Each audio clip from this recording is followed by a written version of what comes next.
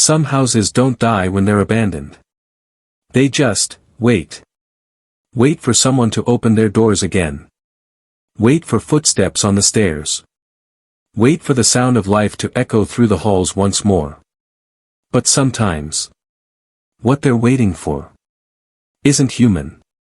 It was a rainy afternoon when Clara Hewitt, a real estate agent from Ridgefield County, got the call.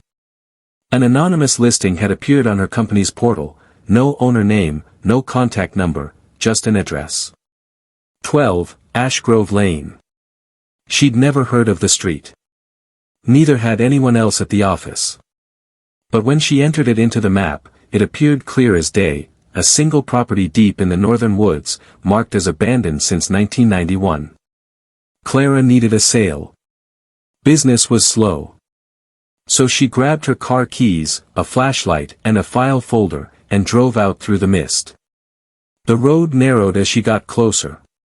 Branches clawed at her windshield, the radio kept losing signal, and the GPS froze, flashing the same coordinates over and over again. When the trees finally broke, she saw it. A two-story Victorian house, sitting perfectly still at the end of a dirt road. The paint was chipped, the porch sagged slightly, but the windows were clean. Too clean. Like someone had wiped them just before she arrived. Clara stepped out of her car, rain pattering against her umbrella. Something about the air felt heavy. Like the house was breathing. She tried the front door, it opened without a creak. Inside, the air was stale but warm. The smell of fresh coffee drifted faintly through the hallway. Clara froze. No one was supposed to be here. "Hello?" she called out. Her voice echoed down the long corridor, and came back softer, like someone whispered it back. "Hello." She shook it off. Probably the acoustics. Old houses do that. The living room looked strangely preserved, not dusty, not rotted, but lived in. A newspaper lay open on the table, dated May 12, 1991. The headline read, "Local family vanishes without a trace." Clara frowned. The address listed beneath the article was the same one she stood in now, 12, Ashgrove Lane. Lightning flashed outside. For a split second, she saw movement in the reflection of a mirror across the room. A tall, still figure standing behind her. She spun around. No one. Her heart pounded. The rain outside grew heavier, blurring the windows like the world beyond had dissolved. Clara took out her phone, no signal. She explored the kitchen next. Everything was in place, dishes stacked, chairs tucked neatly, a half-burnt candle on the counter. When she opened the fridge, a shiver ran through her body. Inside was a single plate of food, perfectly preserved. A slice of meatloaf, peas, and mashed potatoes.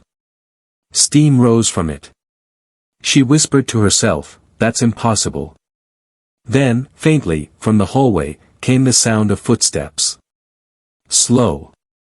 Deliberate. Coming closer. Clara turned off her flashlight and pressed her back to the wall, holding her breath. The steps stopped right outside the kitchen. Then, a whisper, low, broken, but unmistakable. "Welcome home." Her blood ran cold. When she turned the corner, no one was there. But on the floor, muddy footprints led from the front door straight into the kitchen. And they weren't hers. She grabbed her bag, ready to leave, but the door she came through wouldn't open. No matter how hard she pulled, it stayed shut. Come on," she whispered, yanking the handle. Then she noticed something strange. From the inside, the doorknob was different. It wasn't the same one she turned to get in. This one looked older, cast in dull brass, covered in tiny scratches, almost like claw marks. When she leaned closer, she realized, the marks formed letters. Crude, shaky letters that spelled one word. Stay. Clara stumbled back, her breath sharp and ragged. Every light in the house flickered at once, and a faint humming noise rose from somewhere upstairs. like an electric current running through the walls. She tried calling out again, her voice trembling. Is someone here? I'm from Everline Realty. A door slammed upstairs. The humming stopped. And then, the faint, rhythmic creak of floorboards began again, moving above her, pacing, turning, pacing again. She forced herself toward the staircase. Each step groaned under her feet. Halfway up, she froze. There was a photo frame on the wall, a family portrait. A man, a woman, and a little girl. All smiling. But their eyes had been scratched out. Underneath, written in red marker, was a single sentence. The house remembers us. Clara's breath quickened. She took another cautious step, and heard the sound of soft crying from behind one of the bedroom doors upstairs. It was the voice of a child. Hello. Clara whispered, her voice barely audible. Are you hurt? The crying stopped instantly. And then, from behind the door, came a giggle. High-pitched.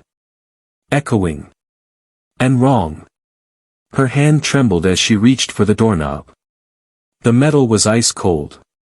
When she turned it, the door swung open into complete darkness. Hello, she repeated. Her flashlight flickered once, twice, and then lit up the room. The walls were covered in drawings, crayon sketches of the same house, over and over again. But in each drawing, the house had more windows than before. Dozens of windows. Hundreds. And in every single one, a shadowy figure staring out. Then, from the hallway behind her, a voice whispered softly. You found us. Clara spun around, but the hallway was empty. Only the faint sound of rain tapping on glass. She shone her flashlight toward the end of the hall, and gasped. At the far wall, where there had been nothing before, there was now another door. Old. Wooden. Unmarked. And it was slowly opening. When something opens on its own, it's not always inviting you in. Sometimes, it's letting something out. Clara stared as the old wooden door creaked wider, inch by inch, though no hand touched it. Beyond it lay darkness, thick, suffocating, and somehow alive. Her flashlight trembled in her grip, the beam flickering across warped wallpaper and peeling paint. The air on the other side of that door felt colder, heavier, like crossing into another time. She whispered to herself, it's just the wind, it's just the wind. But the air in the hallway was still. Completely still. Then, from the blackness beyond the door, came a whisper. Not words, just breathing. Slow. Measured. Like something was standing inches from the threshold, waiting for her to step closer. Clara took one careful step back, the floorboards groaned beneath her. The breathing stopped. Then, a faint child's voice drifted out of the dark. You're not supposed to be here. She stumbled back, dropping her flashlight. It rolled across the floor, its beam slicing through the dark. Illuminating a pair of small feet just inside the doorway. Bare. Pale. Motionless. Clara froze. Who's there? The feet vanished. Then the door slammed shut with a thunderous crack that shook the walls. The silence that followed was worse than the sound itself. Her phone still had no signal. No Wi-Fi. No service. Nothing. Even the screen seemed dimmer than usual, as if the house was draining it. She needed to leave. Now. Clara raced downstairs, but the front door was gone.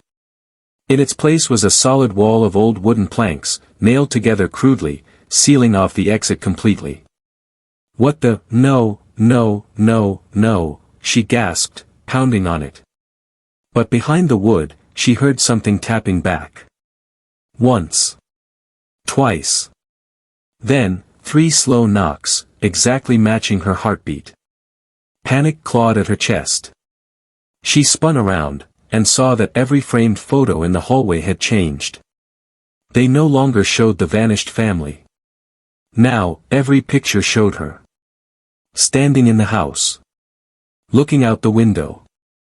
Somehow, the photos had captured her moments ago, even from angles that didn't exist. In one frame, she was staring at the staircase. In another, sitting in the living room. And in the newest one, the photo wasn't of her at all. It was a close-up of the front door. Taken from inside the walls. Clara stumbled back, her breath trembling. The humming noise returned, faint but steady this time, coming from the basement. She hesitated. The sound was hypnotic, like a low chant buried in static. Something deep inside her whispered to stay away. But curiosity, or maybe the house itself, pulled her toward it. The basement door creaked open easily, revealing narrow steps spiraling down into pitch darkness. She turned on her flashlight again. The beam barely reached the bottom. Step by step, she descended. The smell changed, damp wood, rust, and something else. Something like iron and rot. At the base of the stairs, the light flickered and steadied on a large mirror standing upright against the far wall. Old, cracked, its edges rimmed with dust. But when she stepped closer, the reflection wasn't hers. The mirror showed the living room upstairs, empty, quiet, still. Then, slowly, a figure appeared in the reflection, standing in the corner. A woman. Wearing Clara's clothes. Smiling faintly. Clara turned around, but the basement was empty. When she looked back at the mirror, the woman in the reflection was closer. Behind her. Smiling wider. Clara screamed, shattering the glass with her flashlight. The sound echoed through the house like laughter. From behind the broken mirror came a hollow thud, like something shifting. The cracks in the glass widened, and she saw there was a door behind it. Smaller than a normal one. Child-sized. The same faint humming leaked through it, clearer now, rhythmic, almost like singing. Her hands shook as she reached for the small latch. It opened with a faint metallic click. Inside was a crawlspace, just big enough for someone to squeeze through.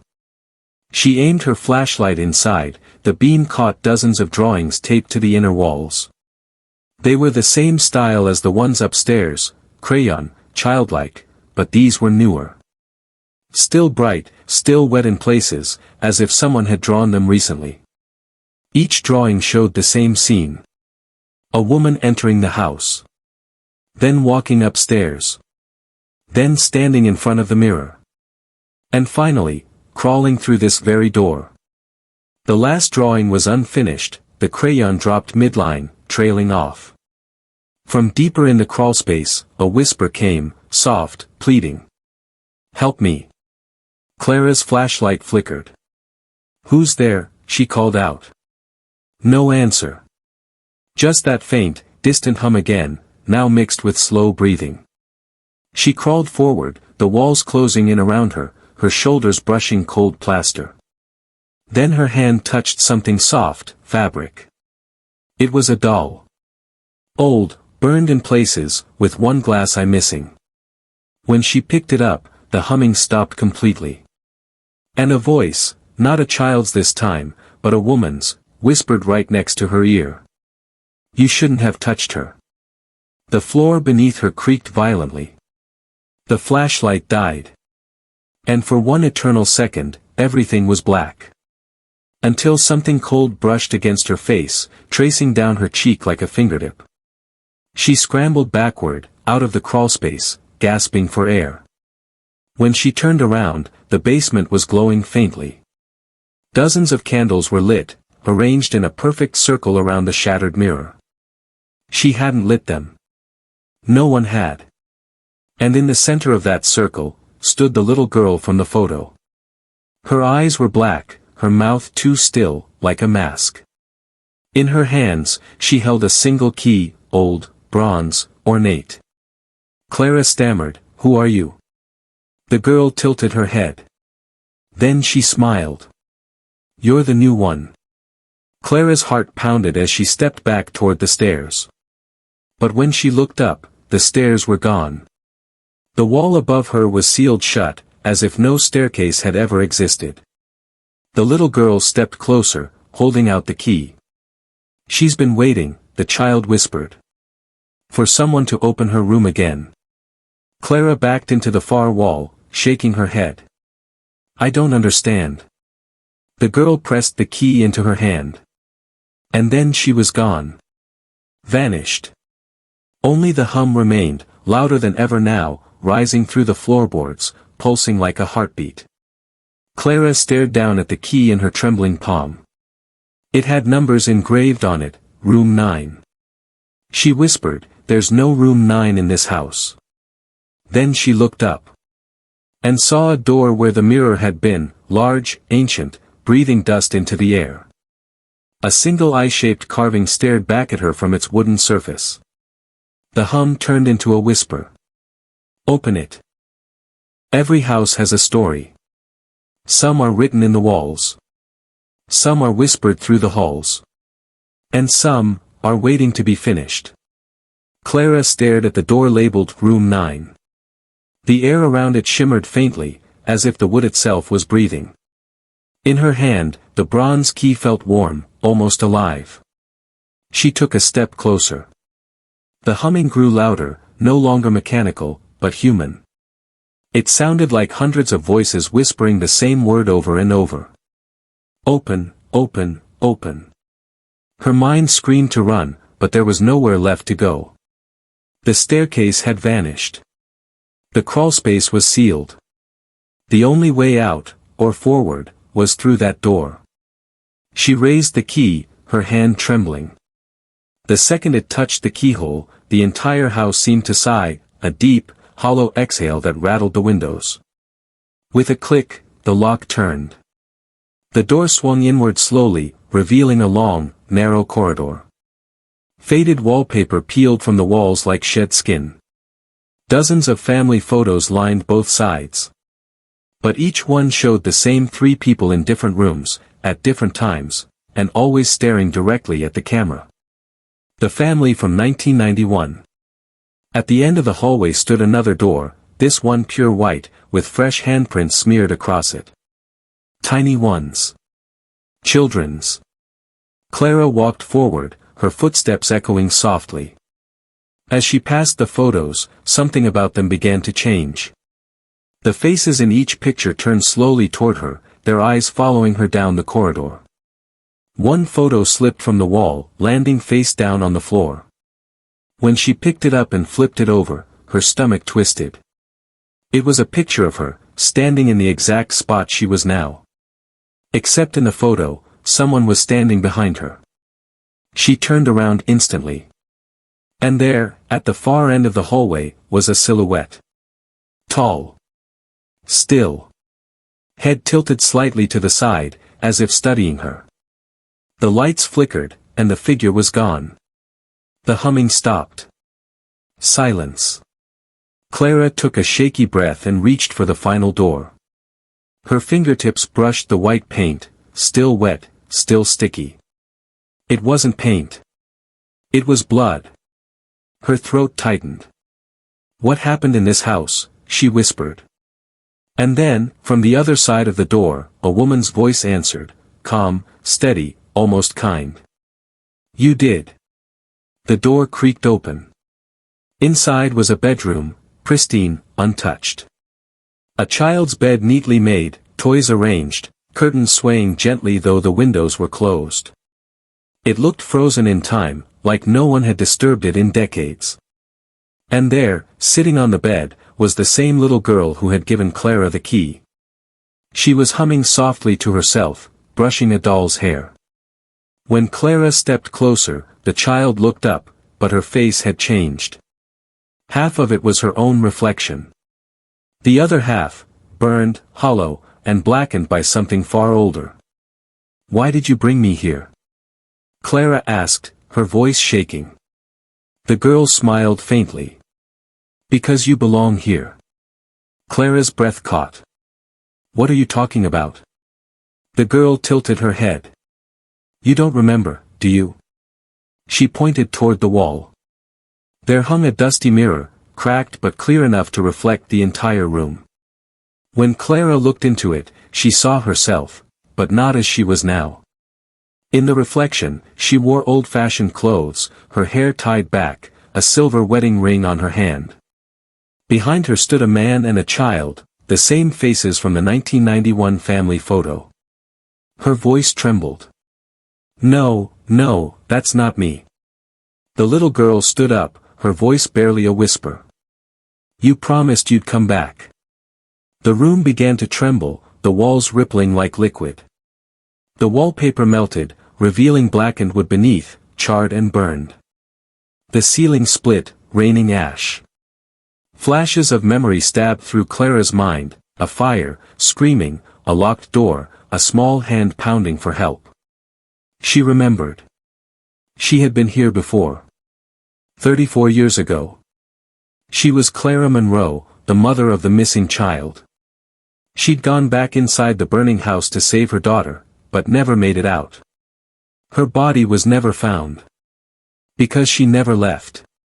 The house groaned like something alive, pulling itself inward. Flames flickered along the walls, not real, but made of shadows. The air filled with whispers, voices overlapping, crying, laughing, pleading.